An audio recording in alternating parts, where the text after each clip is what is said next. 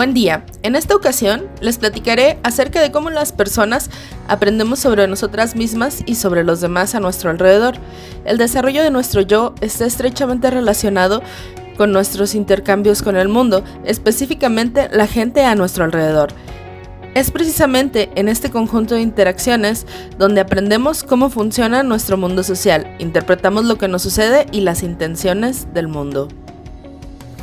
Para empezar a entrar en materia, hay que definir 4 conceptos básicos en torno a los que indagaremos con más profundidad a lo largo del video. El autoconcepto es definido como la percepción que tenemos de los atributos o rasgos que poseemos. Incluye el cómo me veo, cómo me porto, qué creo, qué me gusta, todas aquellas características que son más o menos estables en nosotros, es decir, cuál es el concepto que yo tengo de mí misma. Enseguida tenemos la autoestima. La autoestima es definida como los juicios de valor que hacemos hacia nuestra persona, es decir, cómo nos sentimos acerca de nosotros mismos, tomando en cuenta nuestras cualidades y debilidades. Estas propiedades, ya sea que pensemos que son positivas o negativas, provienen de nuestro autoconcepto. Por tanto, el desarrollo de la autoestima está basada en el autoconcepto que construimos. La identidad es la definición madura de nosotros mismos, el sentido de quiénes somos, a dónde vamos en la vida y cómo somos parte de la sociedad. Esto es que ya no nos vemos como un conjunto de rasgos, sino como una visión integrada de todo lo que somos, incluyendo la forma en que cambiamos nuestro comportamiento en una situación u otra. Por último, tenemos que definir qué es la cognición social. En las definiciones anteriores hablamos mucho hacia dentro del individuo, lo que pensamos y lo que sentimos acerca de nosotros mismos. La cognición social es cómo conceptualizamos, entendemos y cómo nos sentimos con respecto a las interacciones con otras personas, o sea, cómo pensamos que debemos actuar alrededor de los otros. Ahora, vamos a dar una mirada a cómo los seres humanos formamos estos 4 elementos claves para nuestro desenvolvimiento en el mundo. Para algunos estudiosos del desarrollo, el niño nace con cierto sentido que le permite diferenciar lo que soy yo de lo que no soy yo. Otros, sin embargo, creen que el recién nacido no tiene un sentido del yo y es a través de su interacción con el ambiente que va logrando esta diferenciación. En los primeros 2 a 3 meses de vida, el bebé repite actos que le parecen interesantes, empuja o patea con las piernas, mueve los brazos. Eso es a lo que Piaget le llama las reacciones circulares primarias. A partir de esas primeras sensaciones, comienza a construir un sentido limitado de la responsabilidad. Dicho con otras palabras, comienza a ver que sus acciones tienen consecuencias en el mundo. Que en esta edad significa, por ejemplo, mover un juguete o móvil, quizá empujar cosas. Aunque no es claro que los bebés nacen sin tener conciencia de dónde terminan ellos y dónde comienzan los otros, sí conocen los límites de su cuerpo. Los niños y niñas de 5 meses reconocen los rostros como algo familiar, a diferencia de otros tipos de formas. No obstante, a esta edad aún no comprenden totalmente la imagen del espejo o la fotografía de ellos mismos. Durante los siguientes 3 meses, el niño o niña aprende a distinguir las representaciones visuales de su persona y de otras. A los 9 meses de vida, comienzan a reconocerse en espejos, fotografías o videos. Para probar esto, se hizo un experimento llamado Rouge Test. En él se pidió a los cuidadores que pusieran un poco de labial en el rostro del niño sin que se diera cuenta. Los niños que aún no se reconocen al ser expuestos a un espejo examinarán el espejo por más tiempo. Los niños que se reconocen intentarán tocar su propia cara en donde está la mancha. En este reconocimiento se da entre los 9 y los 24 meses de vida. Para ayudarle al infante a lograrlo, el cuidador puede jugar con él frente a un espejo. El bebé se dará cuenta de qué movimientos en el espejo corresponden a sus acciones y cuáles no. Además, se puede hablar con el infante acerca de lo que se está observando en el espejo. Otra cosa que favorece el reconocimiento de uno mismo es el apego seguro con el cuidador. Una crianza orientada a la autonomía también ayuda al pequeñuelo a reconocerse a sí mismo más pronto. Los infantes en edad escolar, ya que su lenguaje se ha desarrollado, se describen a sí mismos en términos concretos. Por ejemplo, tengo cabello negro, soy deportista y me gustan las muñecas. Esto no significa que los niños no puedan compartir sus rasgos menos obvios. Con ayuda de un adulto, se le puede guiar a que elija entre 2 características contradictorias tales como me gusta jugar solo o me gusta jugar con mis amigos. Con el paso del tiempo, los niños, además de utilizar rasgos externos para describirse, comienzan a incluir cualidades internas estables, como sus rasgos, valores, creencias e ideología. Conforme entra la pubertad, los jóvenes comienzan a darse cuenta de que no se portan igual cuando están con su familia, en la escuela o con sus amigos. Sus comportamientos cambian según la situación. En los primeros años de la adolescencia, esta incongruencia les molesta mucho a los jóvenes, pero conforme van integrando su autoconcepto, esta molestia disminuye. La cultura también influye en cómo formamos nuestros autoconceptos. En lugares donde las culturas son colectivistas, es decir, lugares donde se prioriza el bien común sobre el bien del individuo, por ejemplo Japón o China, los adolescentes tienden a describirse en atributos sociales o relacionales, mientras que en culturas más individualistas, en donde se considera más importante al individuo que la mayoría, por ejemplo Estados Unidos y la Unión Europea, los muchachos se definen a sí mismos en términos personales o individualistas. Recordemos que la autoestima es la parte del yo que evalúa lo que aprendimos de nosotros mismos a través del autoconcepto. La evaluación que hacemos de nosotros mismos y de nuestra competencia constituye la parte más importante del yo, capaz de influir en todos los aspectos de nuestra conducta y salud psicológica. Los niños con apego seguro tienden a tener evaluaciones de sí mismo más favorables que los niños con apegos inseguros. A los 4 o 5 años, los niños tienen una idea clara y significativa de la autoestima, lo que refleja sus antecedentes de apego. Cuando las personas tienen entre 4 y 7 años, si les pides que se evalúen, en general lo harán de forma positiva y a veces puede parecer irreal, pero no están despegados de la realidad. A partir de los 8 años, tendemos a incorporar lo que piensan los demás de nosotros a nuestra autoevaluación. Cuando llegamos a la adolescencia, los juicios que hacemos de nosotros mismos estarán más centrados en las relaciones interpersonales. También los adolescentes comenzarán a ver que su valor no es el mismo en diferentes áreas de su vida, ya sea con su grupo de amigos, profesores o padres, además del juicio que hagan de ellos mismos. Esto contribuye a una autoestima global. Cada diferente área puede tener diferente importancia para cada persona. Algunos valorarán más la opinión de sus amigos, otros la de sus maestros y así sucesivamente. La autoestima tiende a erosionarse entre los 9 y los 20 años por la serie de cambios que atravesamos las personas en esa etapa. No obstante, no es para preocuparse, pues las personas nos recuperamos y nuestra autoestima mejora progresivamente hasta los 65 años de edad. Como hemos visto, nada de lo que sucede durante el desarrollo sucede en un vacío, todo está interrelacionado e interactúa. ¿Pero qué parte del mundo social contribuye más en la formación de nuestra autoestima? El primer ambiente social en el que nos desenvolvemos es nuestra familia. Por tanto, tiene sentido que la forma en que nuestros padres deciden aproximarse a la crianza impacte en la formación de la autoestima. Los padres con estilos de crianza autoritativos, también llamados democráticos, son afectuosos, apoyan a los hijos, establecen normas claras de conducta y les permiten intervenir en la toma de decisiones que está directamente relacionada con ellos. Los hijos de estos padres tendrán más apegos seguros que les ayudarán a formar modelos positivos del yo. En cambio, los padres con otro estilo de crianza generarán apegos inseguros que tenderán a formar modelos más negativos del yo. La siguiente esfera social en la que los niños se desenvuelven son los otros de su misma edad. Entre los 4 y 5 años, el niño empieza a reconocer que hay diferencias entre él mismo y los compañeros que le rodean. Entonces, el pequeño empieza a compararse con ellos para saber si tienen más o menos éxitos. Esto es más prevalente en las culturas individualistas, pues hay una presión por la competencia y ser mejor que los otros. Durante la adolescencia, principalmente en los primeros años, la influencia de los pares es más fuerte, pues uno de los principales factores de evaluación para el joven es su relación con sus amigos más íntimos. Las personas empezamos nuestra vida con un deseo innato de explorar y conocer lo que nos rodea, es decir, con motivación para el dominio.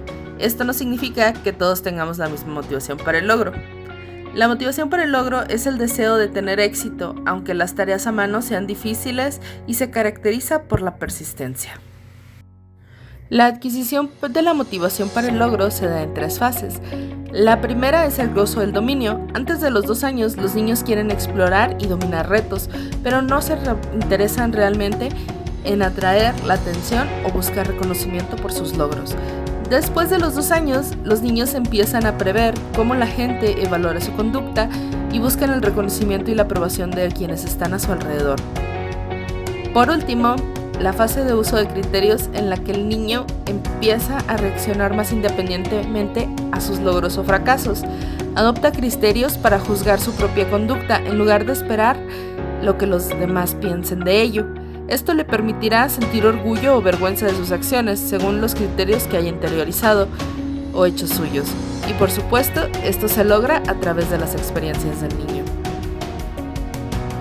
¿Qué factores ayudan a que los niños desarrollen una motivación para el logro? Para empezar, la calidad del apego que tenga el niño con sus cuidadores va a influir en la confianza, curiosidad y deseo de resolver problemas. Entre más seguro el apego, más motivación para el logro. Otro factor que influye es el ambiente familiar. Una familia con un ambiente más estimulante le dará pie a una motivación para el logro más alta. Los padres que hacen hincapié en el entrenamiento para la independencia y refuerzan afectuosamente la conducta de confianza en sí mismo también inciden en la motivación para el logro. Los niños con baja motivación para el logro, es decir, los niños que evaden los retos, usualmente provienen de hogares donde no se les reconocen sus éxitos y se tiende a criticar sus fracasos. Los amigos que tengan también influirán en la motivación para el logro.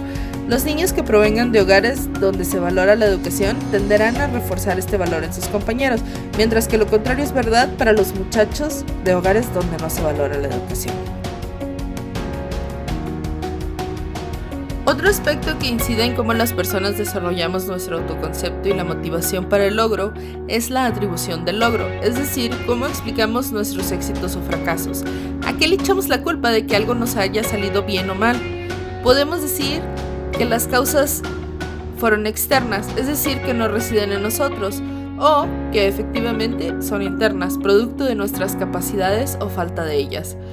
Podemos también decir que las causas son estables, es decir, que no cambian a través del tiempo, o inestables, que sí lo hacen.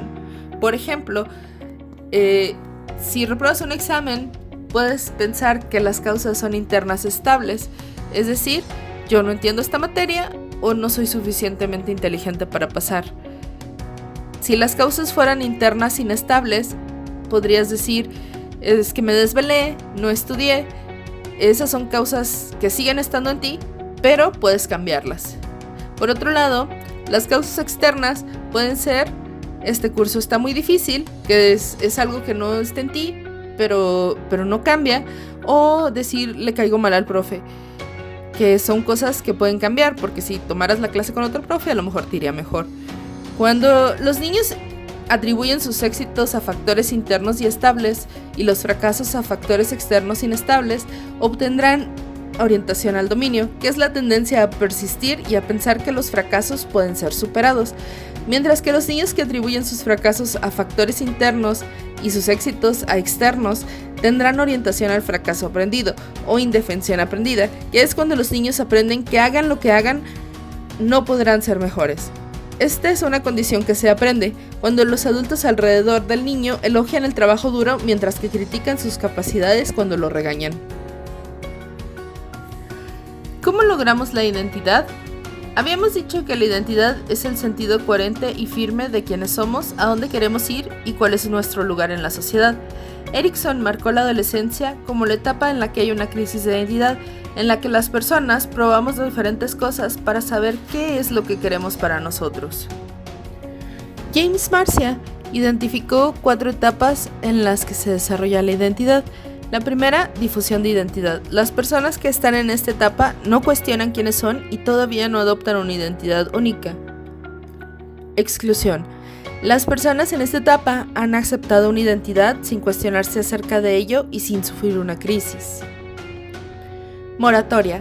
Es cuando las personas están experimentando lo que Erikson llamó la crisis. Se formulan preguntas, evalúan sus compromisos en la vida y buscan respuestas. Aunque no se encuentran en posición de comprometerse, comienzan a comprometerse aún con una identidad, pero aún se está desarrollando. El logro de la identidad. En esta etapa, el adolescente ya ha atravesado por la crisis de identidad y ha hecho compromisos con metas, roles y valores que ha elegido. ¿Qué influye en la formación de la identidad? El primer factor que influye en la formación de la identidad es el desarrollo cognitivo.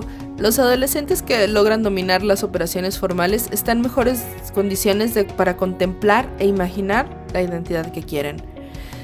La relación que tiene el joven con sus padres afecta su progreso en la creación de una identidad. Los padres autoritativos les permiten cuestionarse y probar cosas diferentes, mientras que los padres autoritarios pueden provocar un estancamiento en la etapa de exclusión. La cognición social se refiere a la manera en la que entendemos nuestras relaciones con los demás y de las otras personas entre ellas. Entre más pequeños, los niños prestan más atención a rasgos más concretos y observables. Conforme van madurando, empiezan a notar rasgos psicológicos de las personas a su alrededor. También hacen comparaciones de conducta. Por ejemplo, Pablo es más rápido que Juan. Después, estas comparaciones serán psicológicas, de forma que les va a ayudar a hacerse idea de cómo son los demás. ¿Cómo podemos explicar la manera en que los niños aprenden de su ambiente social? Lo hacemos a través de dos teorías: la cognitivo-evolutiva, basada en lo que trabajó Piaget, y en la asunción de papeles de Selman. Recordemos que en la etapa preoperacional los niños tienden a fijarse más en rasgos concretos, pero conforme crece empiezan a dejar el interés por las características más obvias y empieza a comprender que las características de los objetos permanecen inalteradas a pesar de que cambie su aspecto, como cuando adquieren la conservación, durante la etapa de operaciones concretas. Luego viene la etapa de operaciones formales, en la cual los muchachos son capaces de operar sobre conceptos abstractos, lo cual les va a permitir hacer las comparaciones psicológicas. Asunción de papeles. Esta teoría, desarrollada por Selman, también llamada toma de roles, nos explica que los niños, para poder ver la relación entre puntos de vista discrepantes, deben ponerse en los zapatos de la otra persona, es decir, tomar su rol o papel. Los niños siguen una serie de etapas para lograr asumir los roles de los demás en su interacción. En primer lugar, tenemos la perspectiva egocéntrica o indiferenciada, en la que los niños solo conocen su propio punto de vista y suponen que los demás coincidirán con ellos. En segundo lugar, tenemos la asunción de papeles sociales informativos, en la que los niños se dan cuenta que los demás tienen puntos de vista distintos porque no poseen la misma información que ellos. Sigue la asunción autorreflexiva, en la que los niños saben que el punto de vista suyo y el de los demás pueden chocar, aun cuando posean la misma información.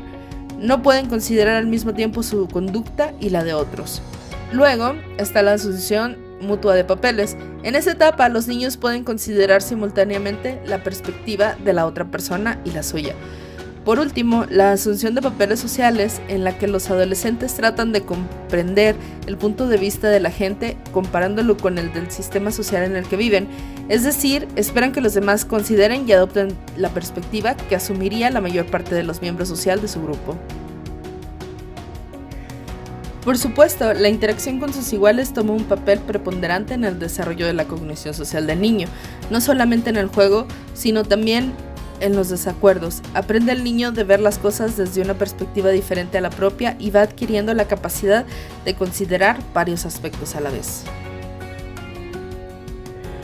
Y con esto cerramos el tema. ¿Cómo la ven? ¿Les hace sentido? ¿Les quedaron dudas? Por favor, contáctenme si puedo aclararles algo. Que tengan bonito día.